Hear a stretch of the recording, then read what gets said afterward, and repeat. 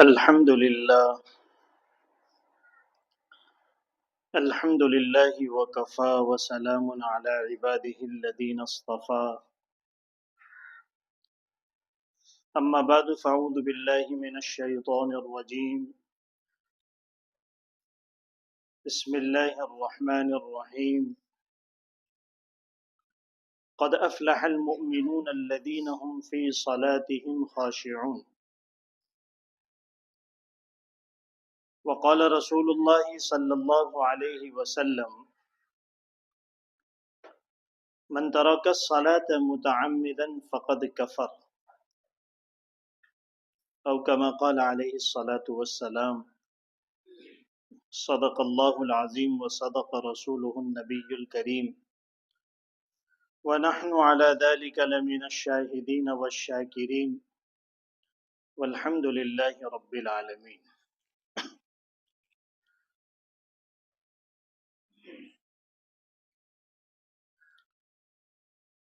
اللہ تعالیٰ نے جس انداز میں اور جتنی بار قرآن کریم میں نماز کی فرضیت کو بیان کیا اور حضور اکرم صلی اللہ علیہ وسلم میں اپنی احادیث میں اور اپنے عمل کے ذریعے، قول کے ذریعے اور اپنے عمل کے ذریعے نماز کی فرضیت اور اس کی اہمیت کو بیان کیا ہے، یہی نماز کی تمام عبادتوں پر فضیلت اور فوقیت کو بیان کرنے کے لیے کافی تھا۔ لیکن حضرت عمر رضی اللہ تعالیٰ عنہ نے اپنے زمانے خلافت میں آدھی دنیا میں مختلف ممالک اور مختلف صوبوں اور شہروں کے گورنروں اور حکمرانوں کو جو خط لکھا اور جو پیغام بھیجا، اس میں جو نماز کی اہمیت کو بیان کیا ہے، اس سے یہ بات پوری طریقے سے واضح ہو جاتی ہے کہ دنیا کے ہر کام سے زیادہ اہم نماز ہے۔ اس لیے کہ بڑی سے بڑی جو ذمہ داریاں ہو سکتی ہیں، چاہے وہ دینی لائن سے ہو چاہے دنیاوی لائن سے ہو،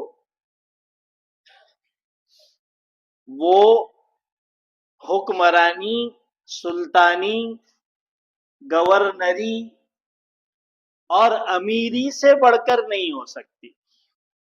کہ آپ کسی علاقے اور صوبے اور شہر اور ملک کے گورنر ہیں، حاکم اور امیر ہیں، تو ظاہر سی بات ہے اس کی ذمہ داری کتنی بڑی ہے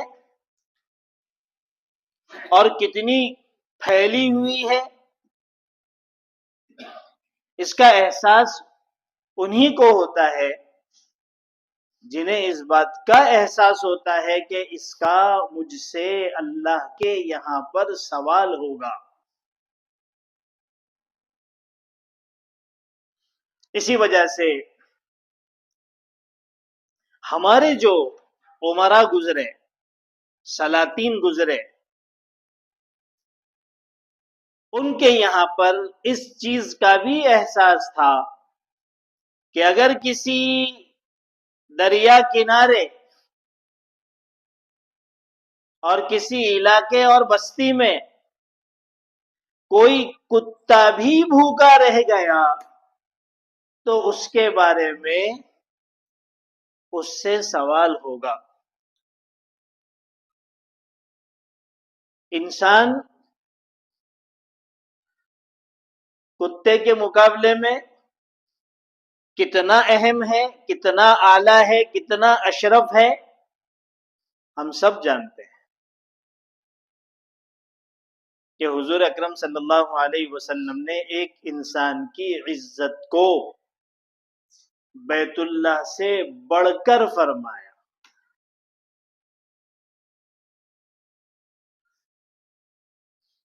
لیکن احساس انہیں اپنی امارت کا، اپنی بادشاہی کا، اپنی گورنری کا انسانوں سے بڑھ کر جانوروں تک ہے.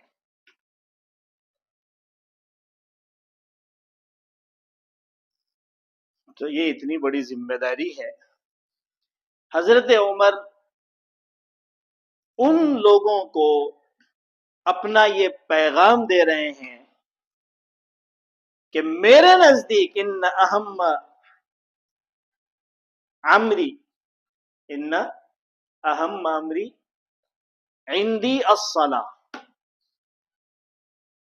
کہ سب سے اہم اگر کوئی چیز میرے نزدیک ہے تو وہ نماز ہے.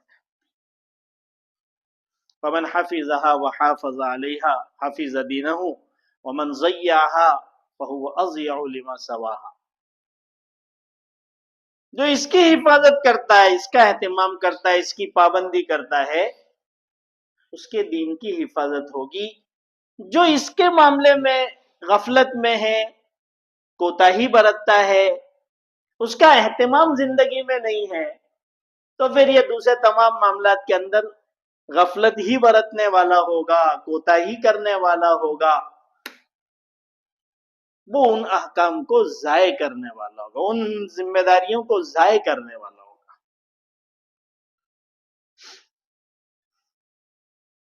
لہذا اگر کوئی یہ سوچے کہ مجھ پر بڑی بڑی ذمہ داریاں ہیں،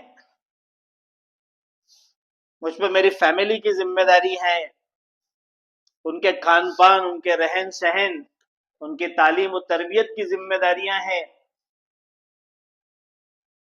اور میں ڈاکٹر ہوں تو خدمت خلق تو بہت بڑا کام ہے، خدمت خلق سے خدا ملتا ہے، لہذا میں اتنا مصروف ہوں اور میرے اوپر اتنی ذمہ داریاں ہیں کہ میں اس میں سے وقت نکال کر نماز نہیں پڑھ سکتا. یا میں سیاست داں ہوں، یا میں تعلیم اور تزکیے سے لگا ہوں، یہ لوگ مجھے ملے ہیں، ان کو دین پہنچانا ہے، ان کی اصلاح کرنا ہے، اگر یہ کام چھوڑ کے نماز میں جاؤں گا تو یہ کام ادھورا رہ جائے گا. تو یا تو جماعت چھوڑ دیتا ہے یا نماز ہی چھوڑ دیتا ہے، یا کوئی ہواؤں میں فلائٹ اڑا رہا ہے، یا پنڈبیوں کے اندر اور جہازوں میں کیپٹن ہے، کسی بھی شعبے سے لگا ہو، دینی یا دنیاوی، اس کو ہر حال میں اپنے وقت پر نماز پڑھنا فرض ہے، اس کو نماز چھوڑنے کی اجازت نہیں ہے. اگر عام حالات میں اجازت ہوتی تو ایک وہ عورت جو درد ذہ میں ہوتی، ولادت کی تکلیف میں ہوتی، تو اس تکلیف میں نماز معاف ہو جاتی، لیکن اس تکلیف میں بھی نماز کا پڑھنا جتنی اس میں استعداد ہے فرض ہے. یہاں تک فقہا نے لکھا کہ جب تک بچہ آدھے سے زیادہ نکل نہ جائے تب تک نماز فرض ہے. اور اگر نماز معاف ہوتی تو جنگ میں، میدان جنگ میں دشمن کے مقابلے میں دین کی سربلندی کے لیے اپنی جان کا داؤ پر لگانے والے مجاہدین کے لیے نماز چھوڑنے کی اجازت ہوتی. انہیں بھی اجازت نہیں. اللہ تعالیٰ نے صلاۃ الخوف کے نام سے مستقل ایک نماز کا طریقہ بتایا قرآن میں، کہ اس موقع پر آپ کو اس طرح سے نماز پڑھنا ہے. لیکن نماز چھوڑنا نہیں.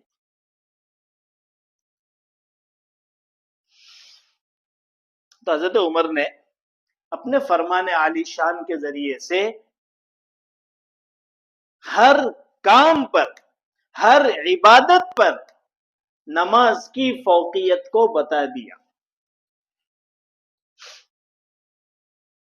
کہ دوسرے سارے کام چھوڑ دو، پارلیمنٹ میں ہو، نماز کا وقت آئے نماز پڑھنے چلے جاؤ، سیشن چھوڑ دو. آپ کی دنیاوی کمپنی کی کوئی بڑی میٹنگ ہے، نیشنل انٹرنیشنل لیول کی، نماز کا وقت آئے آپ نماز پڑھنے کے لیے چلے جاؤ. تو پھر شادی بیاہ میں اور چھوٹی موٹی ختنے کی اور برتھ ڈے کی تقریب میں نماز چھوڑنے کی کیسے اجازت ہو سکتی ہے؟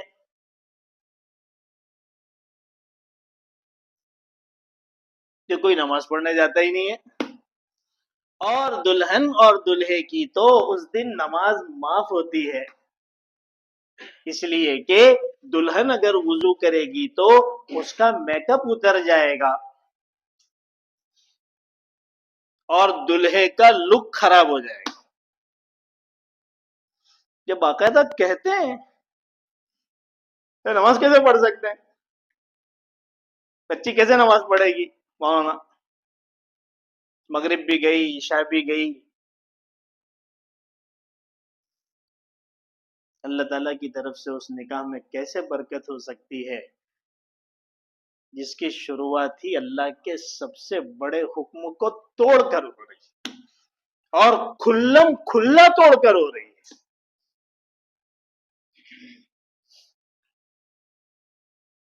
چونکہ اب لڑکے بھی میک اپ کر رہے ہیں، اس وجہ سے دلہے بھی نماز پڑھنے نہیں جاتے. زمانہ بدل گیا ہے.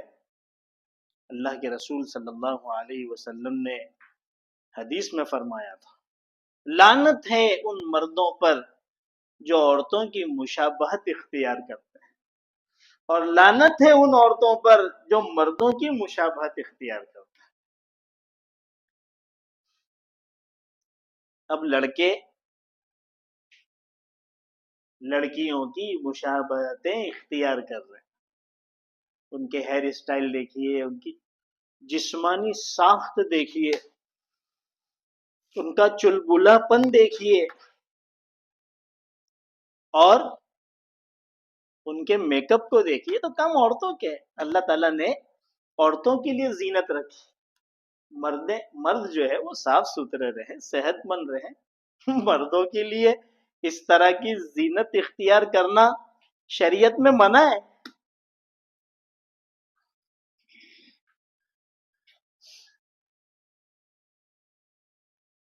کیا ہوگا نماز چھوڑ دیں گے تو؟ اللہ کے رسول نے فرمایا، من ترک الصلاة متعمدا فقد کفر. جو شخص کسی ایک نماز کو بھی جان بوجھ کر چھوڑتا ہے وہ کافر ہو جاتا ہے. کتنی نماز کو؟ ایک نماز کو جان بوجھ کر چھوڑے فقد کفر. حدیث کا بالکل سیدھا ترجمہ یہی ہے، جس نے جان بوجھ کر نماز چھوڑی وہ کافر ہو گیا.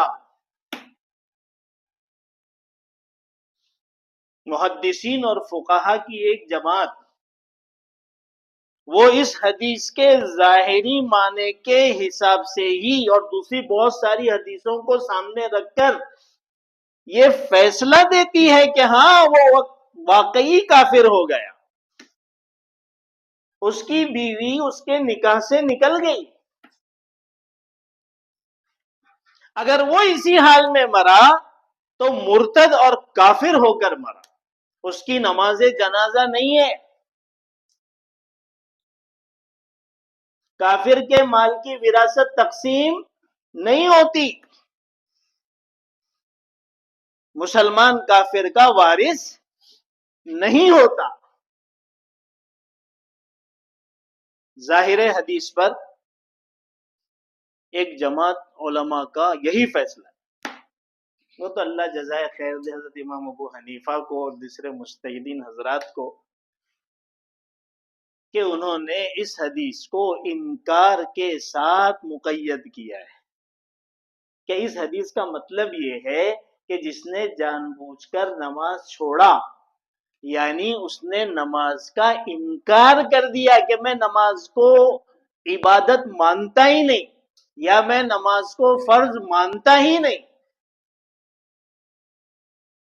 میں نماز کو شریعت کا حکم مانتا ہی نہیں، یہ مطلب ہوتا ہے انکار کا۔ اس وجہ سے وہ نماز چھوڑتا ہے تو وہ کافر ہو گیا۔ ورنہ آپ اندازہ لگا لیں اگر سب فقہا اور سب مجتہدین اور سب محدثین اور سب علماء حدیث کے اس ظاہری معنی پر ہی ہوتے تو شاید ہم میں سے کوئی مسلمان باقی نہیں رہتا۔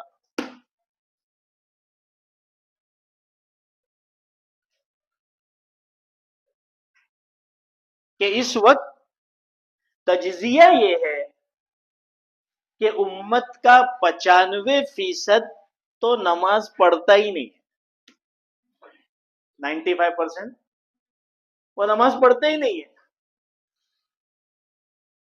5% طبقہ ایسا ہے، 5% جو نماز پڑھتا ہے اور اس میں پابند جو ہوں گے وہ شاید 5% ہوں گے۔ ایسے حال میں سوچئے ہمارے لیے کتنا بڑا مسئلہ ہو جاتا، اور یہ نماز ہمارے لیے جو ہمارے درجات کو بلند کرنے کے لیے اور ساری امتوں پر فضیلت دلوانے کے لیے اور فلاح اور کامیابی کے لیے دی گئی تھی، ہماری بربادی کا ذریعہ بن جاتی۔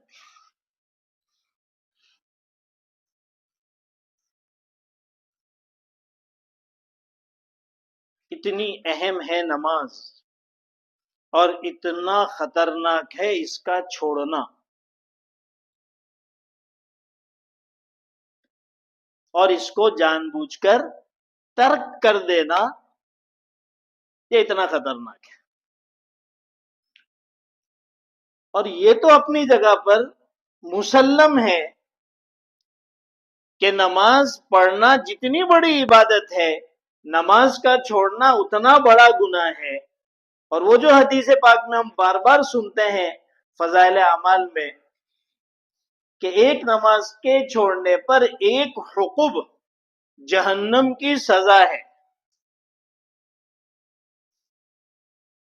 کتنی سزا ہے؟ ایک حقب۔ تو جو نماز چھوڑتا رہتا ہے تو گناہ کی جو اپنی تاثیر ہے کہ دل سیاہ ہوتا رہتا ہے یہاں تک کہ نماز چھوڑتے رہنے کی وجہ سے علماء نے لکھا ہے کہ موت کے وقت وہ کفر پر مرتا ہے۔ ٹھیک ہے، فقہا نے اور مجتہدین نے اس حدیث کا معنی بیان کر دیا کہ انکار کرو گے تو کافر ہوں گے، لیکن اس کے چھوڑتے رہنے سے اور زندگی اسی طرح لاؤبالی سے گزارنے سے اور جمعہ کرنے سے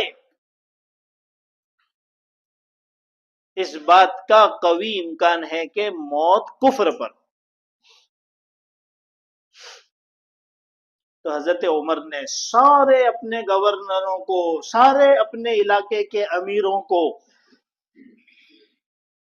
یہاں امیر سے مراد پیسے والا امیر نہیں ہے، امیر سے مراد حکمراں، جو سب سے بڑا طبقہ شمار کیا جاتا ہے، جو سب سے بڑی ذمہ داری لیا ہوا ہوتا ہے، اس کو یہ بات سمجھا دی کہ تمہارا سب سے اول عمل نماز ہونا چاہیے، اس کے بعد پھر ساری اپنی ذمہ داریاں نبھاتے رہو۔ اگر تم نے نماز کا اہتمام کیا تو دوسری ذمہ داریاں بھی صحیح سے ادا کرو، اگر نماز کا اہتمام نہیں ہے تو پھر دوسری ذمہ داریاں بھی اہتمام سے ادا نہیں کر پاؤ گے۔ اسی وجہ سے دعوت و تبلیغ کی محنت میں جو 6 نمبر ہے اس میں ایمان کے بعد نماز کو ذکر کیا ہے۔ ایک وجہ تو یہ ہے کہ عبادتوں میں ایمان کے بعد جو سب سے پہلی چیز فرض ہوئی وہ نماز ہی ہوئی، تو ظاہر سی بات ہے کہ نماز کا ذکر ہے، لیکن عبادتیں تو بہت ہیں، ذکر صرف نماز کو کیا، اور نماز کی محنت بھی زیادہ ہوتی ہے، فرائض نماز کے سکھائے جاتے ہیں، واجبات نماز کے سکھائے جاتے ہیں، سنتیں نماز کی سکھائی جاتی ہے، نماز کو توڑنے والی چیزیں سکھائی جاتی ہے نماز کے لیے، چونکہ وضو ضروری ہے، بغیر وضو کے نماز نہیں ہوتی، اس وجہ سے نماز کا کے ساتھ ساتھ وضو کا طریقہ، اس کے فرائض، اس کے مفسدات سکھائے جاتے ہیں، پریکٹس کروائی جاتی ہے، عملی مشق کرائی جاتی ہے۔ اس کی ایک وجہ یہ بھی ہے کہ جو شخص نماز کا اہتمام کرتا ہے وہ دوسری عبادتوں کا بھی اہتمام کرتا ہے، نماز کی ایک خصوصیت ہے، ایسا نہیں ہو سکتا کہ ایک آدمی نماز کا اہتمام کرتا ہو اور وہ دوسری عبادتوں کو چھوڑ دے۔ آپ دیکھ لیجئے، وہ زکوٰۃ بھی دے گا،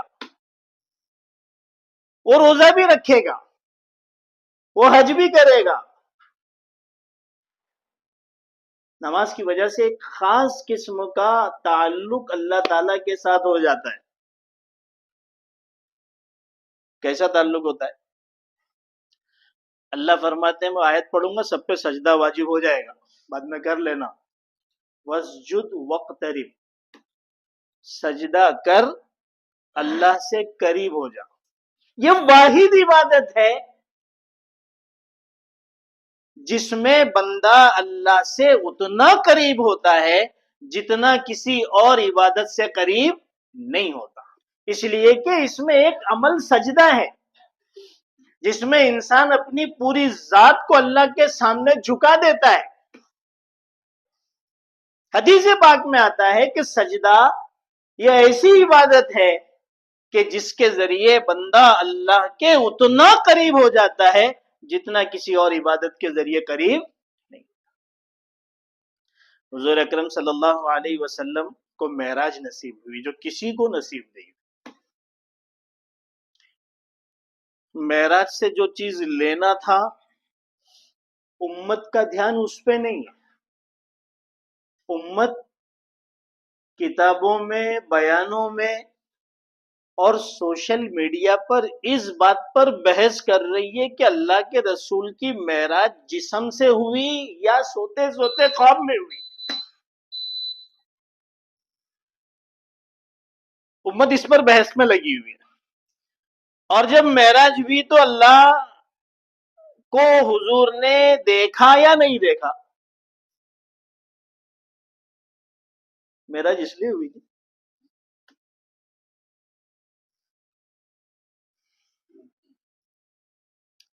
قرآن و حدیث سے یہ بات واضح ہے کہ حضور اکرم صلی اللہ علیہ وسلم کو معراج جسم سے ہوئی، خواب میں سے تو ہم میں سے ہر ایک پورا ساتوں آسمان گھوم کے آتا ہے، جنت جہنم سب دیکھ کے آتا ہے۔ آپ کو معتبر تاریخ کی صحیح سندوں سے ان بزرگان دین کے واقعات مل جائیں گے جنہوں نے اللہ کو اپنے خواب میں دیکھا۔ کمال تو یہ ہے نا جو حضور کو عطا ہوا، جو آپ کی خصوصیت تھی کہ آپ اپنے جسم مبارک کے ساتھ گئے۔ یہ فضیلت ہے، یہ کمال ہے، یہ معجزہ ہے۔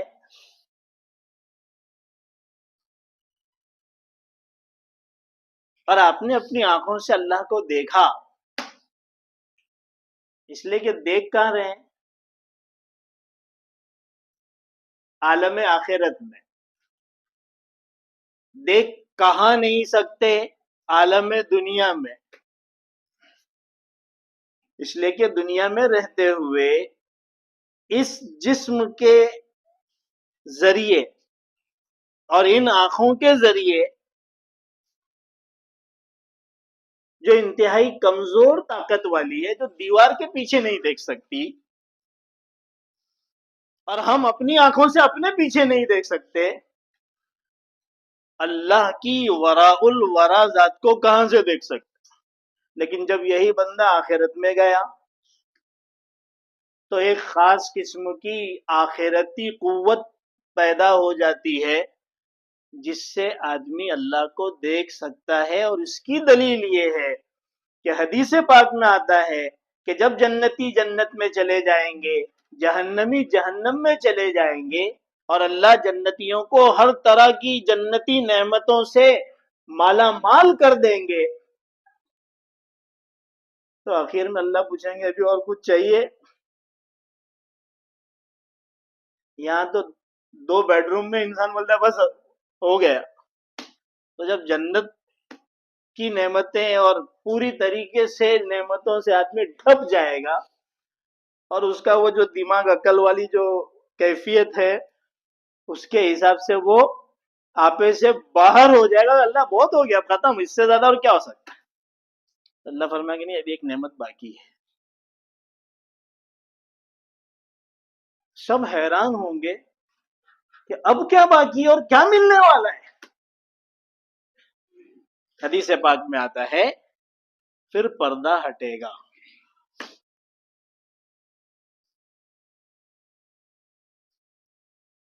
اور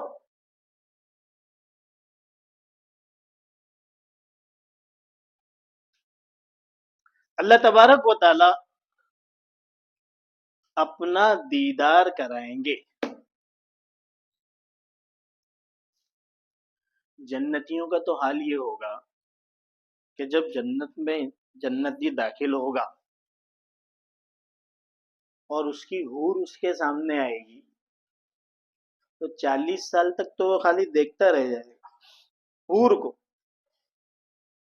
40 سال کے بعد اس کا دماغ جگہ پر آئے گا کہ آگے بھی بڑھنا ہے. بھی دیدار میں 40 سال گزر جائیں گے، جبکہ حور اللہ کی مخلوق ہے.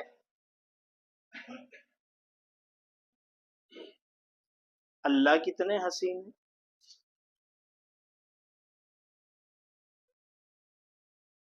تو جب جنتی اللہ کو دیکھیں گے تو ان کا کیا حال ہوگا، اور وہ کیسے ساکت و صامت ہو جائیں گے، کیسے بے خود ہو جائیں گے. تو اللہ اپنا دیدار جنتیوں کو کرائیں گے، اس لیے کہ جنت میں جانے کے بعد اللہ آخرت کی جو قوتیں ہیں وہ بندے کو عطا فرمائیں گے. حضور اکرم صلی اللہ علیہ وسلم عالم بالا میں گئے، آپ نے دنیا پار کیا، آسمانوں میں گئے، آسمان پار کیے، 7 آسمان کے اوپر عرش اور کرسی، وہ ساری چیزوں کو پار کر کے آپ ثم دنا فتدلى فكان قاب قوسين او ادنى فاوحى الى عبده ما اوحى. اتنا قریب پہنچ گئے کہ حضرت جبرائیل کہنے لگے کہ اگر اس سے ایک بال برابر بھی میں آگے گیا میرا کام تمام ہو جائے گا. اب ہماری بھی پرواز یہاں پر ختم ہے. تو حضور اکرم صلی اللہ علیہ وسلم وہاں تک پہنچے اور آگے گئے. یہ آیت کی تفسیر کو دیکھ لیجیے. تو حضور اکرم صلی اللہ علیہ وسلم نے اپنی آنکھوں سے اللہ کو دیکھا، اور یہی آپ کی خصوصیت ہے، آپ کا اپنے جسم اطہر کے ساتھ وہاں جانا اور وہاں اللہ کا دیدار کرنا، یہی اصل معجزہ ہے، یہی اصل آپ کا کمال ہے، یہی اصل آپ کے سید البشر ہونے کی وجہ سے آپ کو عطا ہوا ہے. یہ سب چیزوں میں کیوں بحث میں پڑے ہوئے؟ ارے معراج سے لائے کیا ہیں وہ بات کرو نا، جس سے ہم کو کچھ ملنے والا ہے. کوئی صاحب آپ کے سامنے دنیا کے بڑے بڑے مالداروں کا ذکر کرے، ان کے بزنس کا ذکر کرے، ان کے محلات کا ذکر کرے، ان کے بزنس ٹرک کا ذکر کرے. ارے بھائی آپ کو کیا مل رہا ہے؟ میرے کو کچھ ایسا بتا کہ میرا کام چلے. ہوں گے وہ بہت بڑے پیسے والے ہوں گے، بہت بڑے حکمراں ہوں گے. آئے، فرعون بھی آیا، حامان بھی آیا، قارون بھی آیا، شداد بھی آیا، دنیا میں جنت بنانے والے بھی آئے. ان کے حساب سے مجھے تو اپنے کام کی چیز چاہیے. دیکھیے اس کی فکر حضور کو تھی. حضور کی فضیلت دوسرے انبیاء پر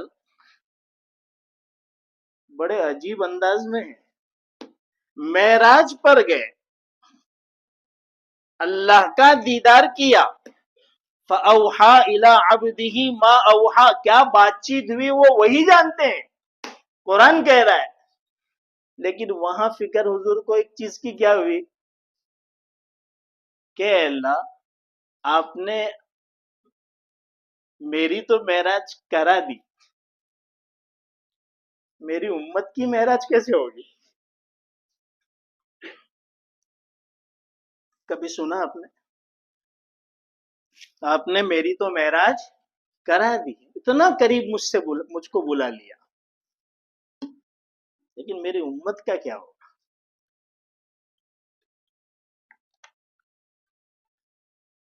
اس وقت اللہ تبارک و تعالیٰ نے امت کو معراج کرانے کے لیے نماز دی. یہ جو حدیث میں آتا ہے نا الصلاۃ معراج المؤمن، نماز مومن کی معراج ہے. یہ حضور کی تڑپ پر ملی ہے کہ اللہ میں تو اتنا قریب آ گیا، تجھ کو دیکھ لیا، بہت راز و نیاز ہوا، یہ تیری عطا ہے، میری امت کو بھی کچھ اس قسم کی چیز چاہیے، اس کو بھی معراج ہونا چاہیے. تو ہمارے لیے تو یہ ممکن نہیں ہے کہ ہم وہاں، تو کیا اللہ نے نماز دی. اسی لیے کہا جاتا ہے نا کہ معراج سے حضور نماز کا تحفہ لائے. نماز کا تحفہ لائے، کہاں سے لائے؟ معراج سے. سارے احکام دنیا میں اترے، نماز دینے کے لیے اللہ تبارک و تعالیٰ نے حضور کو اپنے پاس بلایا. آپ اندازہ لگائیں نماز کتنی بڑی عبادت، اتنی بڑی عبادت کے چھوڑنے پر اگر اللہ کے رسول یہ فیصلہ کرے من ترک الصلاۃ متعمدا فقد کفر، تو برابر کہ جو جان بوجھ کر چھوڑے گا وہ کافر ہو جائے گا. ارے بھائی برابر ہے یا نہیں؟ برابر. اتنی بڑی بات.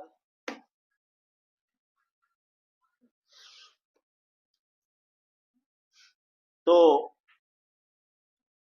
اتنی اہمیت ہے نماز کی، اور اس نماز میں تکبیر تحریمہ سے لے کر قیام، قرات، رکوع، سجدہ، قومہ اور سلام اور تشہد، ان سب میں سب سے زیادہ اعلیٰ رکن جو ہے وہ سجدہ ہے. یہی وہ سجدہ ہے جس کو میں معراج سمجھا رہا تھا. یہی وہ سجدہ ہے اور یہ وہ سجدے والی ہیئت ہے جو اللہ کو بندے کی سب سے زیادہ پسند ہے، کہ اس نے اپنی سب سے معظم پیشانی اللہ کے سامنے جھکا کر رگڑ دی. بس اللہ کو یہ ادا پسند ہے. اسی لیے فرمایا وَاسْجُدْ وَاقْتَرِبْ، سجدہ کر اور اللہ کے قریب ہوتا جا.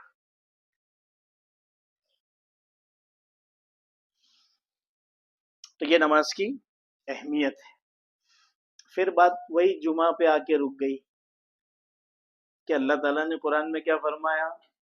قد افلح المؤمنون الذین هم فی صلاتهم خاشعون. پچھلا جمعہ بھی اسی پہ بات ختم ہوئی تھی کہ نماز کے ذریعے سے دنیا آخرت کی کامیابی ان لوگوں کو ملے گی جن کی نمازوں میں خشوع ہے. دوڑتے بھاگتے خیالات کے ہجوم کے ساتھ جلدی جلدی سنت اور مستحب عملوں کی رعایت کے بغیر نماز پڑھنے سے فلاح حاصل ہونے والی نہیں ہے۔ اب خشوع کیا ہے؟ اور خشوع کے ساتھ ایک لفظ اور استعمال ہوتا ہے خضوع، وہ کیا ہے؟ کیونکہ ان دونوں کے بغیر نماز کی تکمیل ہوگی ہی نہیں، اور نماز اس معیار پر پہنچے ہی نہیں جس کے ذریعے سے ہمیں دنیا آخرت کی کامیابی حاصل کرنا ہے، اور جس کو ہمارے نبی نے ہم کو سکھایا ہے، جس کو صحابہ نے بڑے اہتمام سے سیکھا ہے اور بڑے اہتمام سے اس کو امت تک پہنچایا ہے۔ انشاءاللہ اس کی تفصیل